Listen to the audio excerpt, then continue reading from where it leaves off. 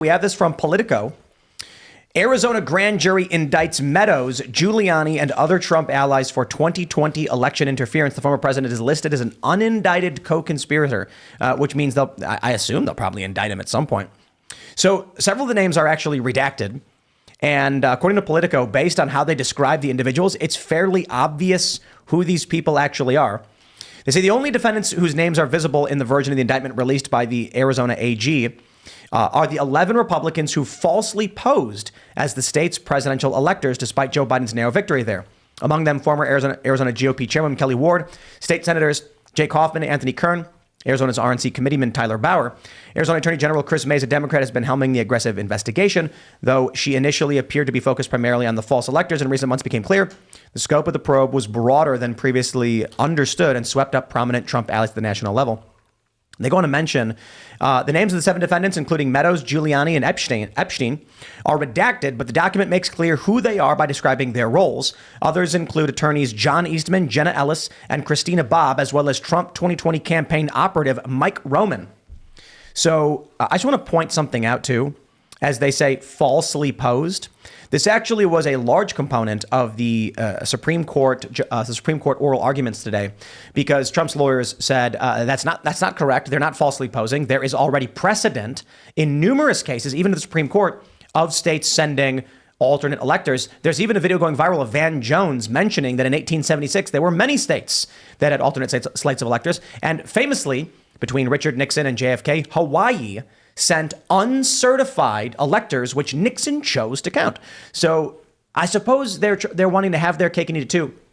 The important thing to understand is Politico, when they write this is the trick. This is how they manipulate you, framing it as though it is a foregone conclusion that falsely posing as an elector, they're asserting something is.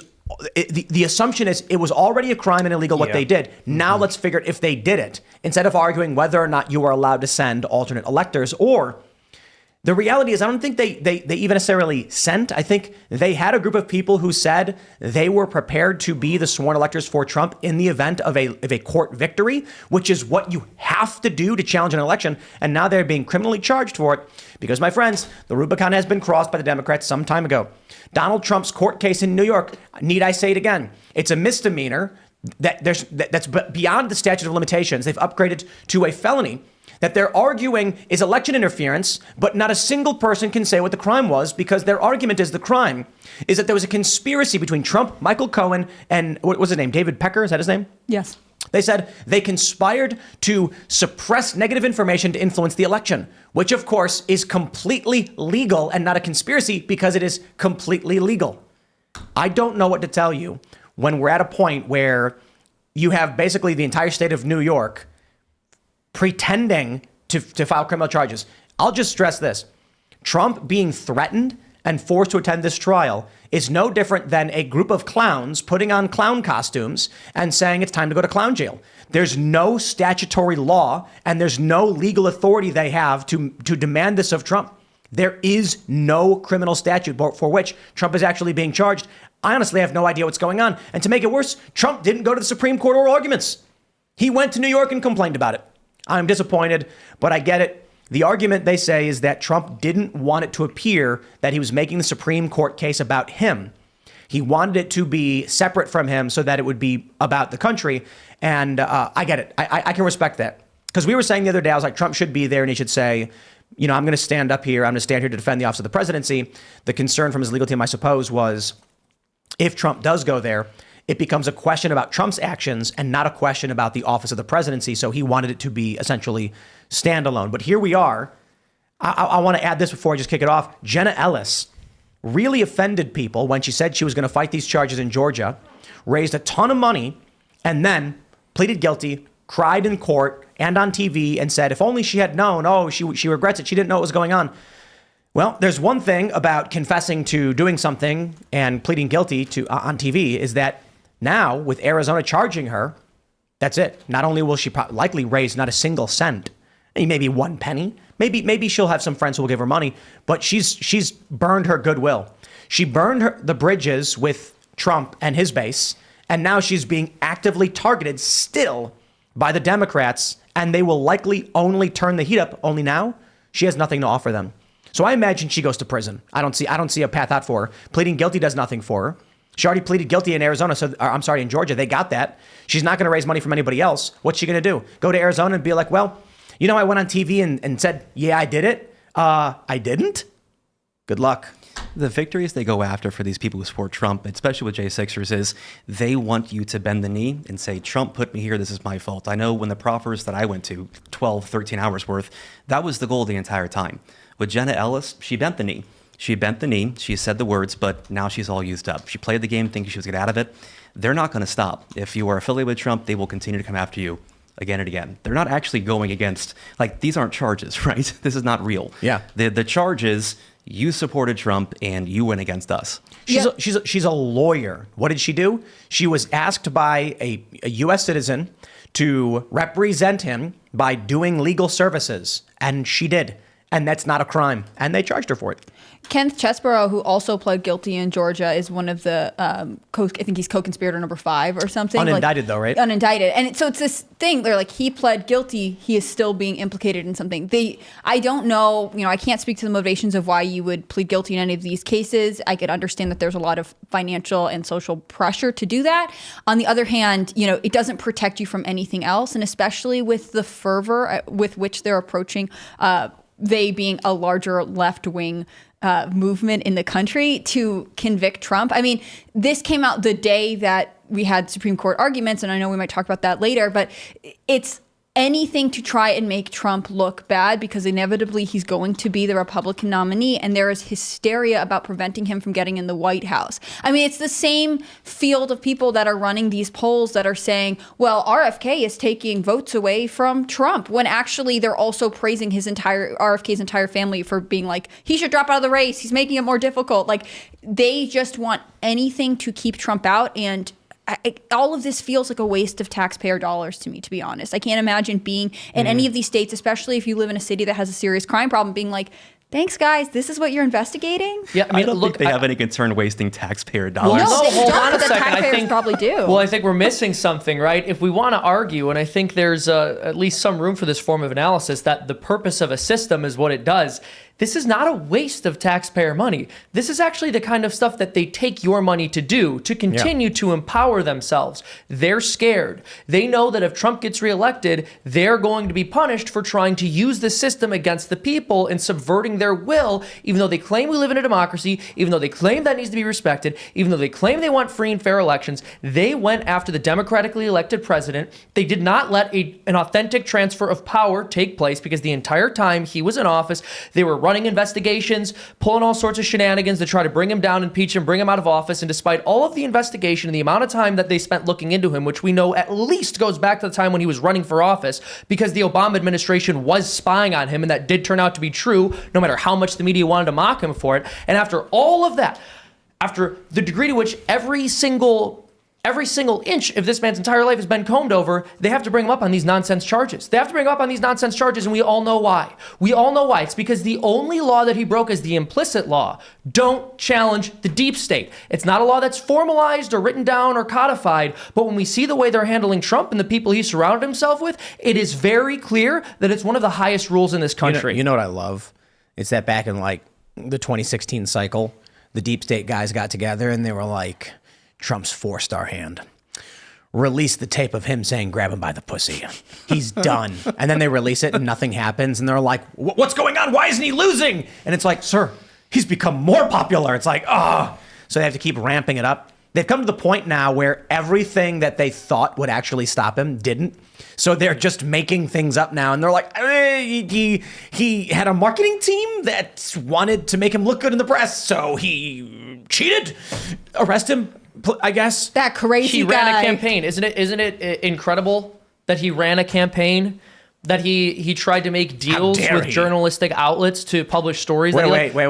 Here's the best part. David Pecker testified that Trump actually wasn't even involved in that. Yeah. It was him and Michael Cohen working together, and Trump was unaware. And that when Michael Cohen brought up payment to him, Trump had no idea what he was talking about.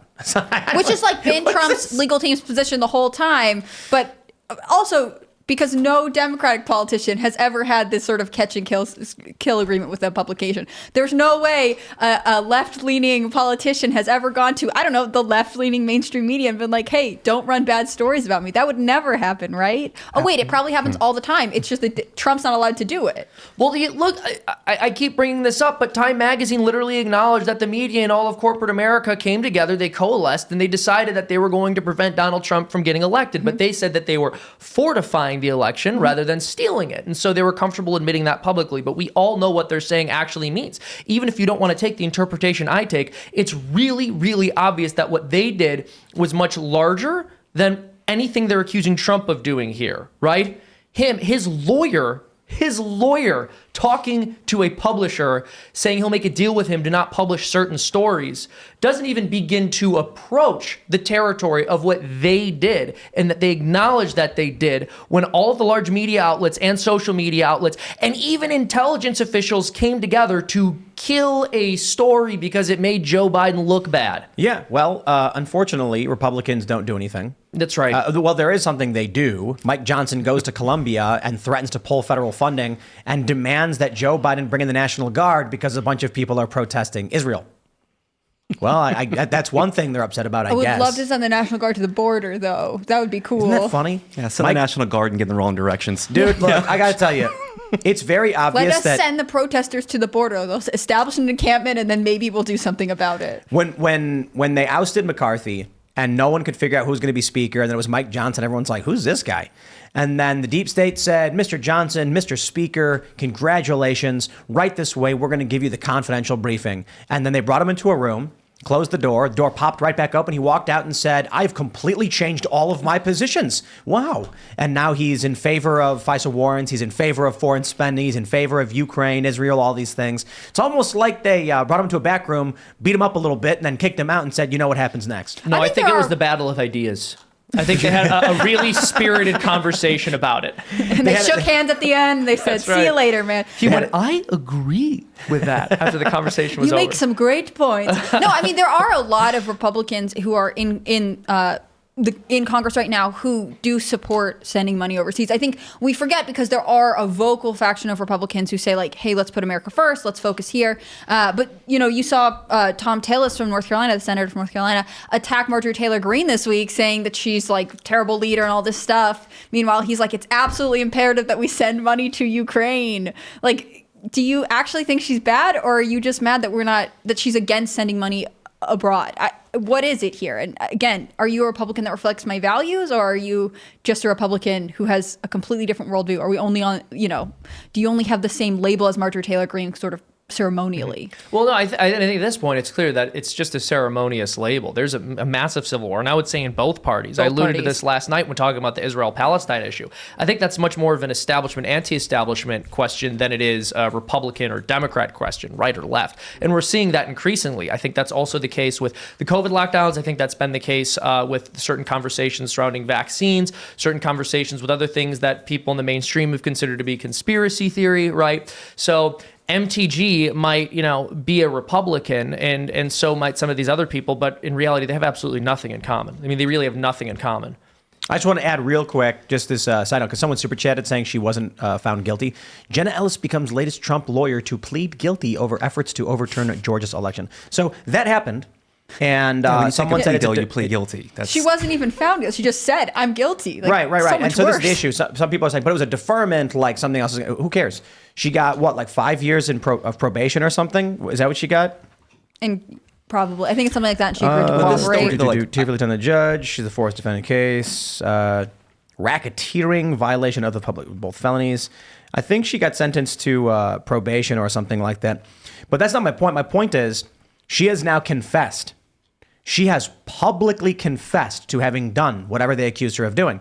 And at the time when this happened, what we were saying, that's all they wanted. They don't care if she goes to jail. She's a nobody. They want her to say, yes, Trump did it. I'm so sorry. So they can pin it on Trump. But now, hilariously, after she has publicly admitted she did everything they claimed, Arizona's going after her for the same thing. And what's she going to do now? Say, no, what? I already did everything you wanted me to do. Dude, it's like in the movies when the guy gets involved with the mob one time and he like, you know, takes a loan out, and then he's like, they're like, we own you forever now. Like no matter what you do, you can never pay him back. It's always you're owned. That's it. She went to the deep state and said, okay, you win, I'll give you everything. It's almost like, you know, if you're walking down the street and you look like an easy target, the guy who's going to rob somebody, he's not going to go for the guy who looks angry and ready to fight. He's going to go for the person who looks scared and just gives in.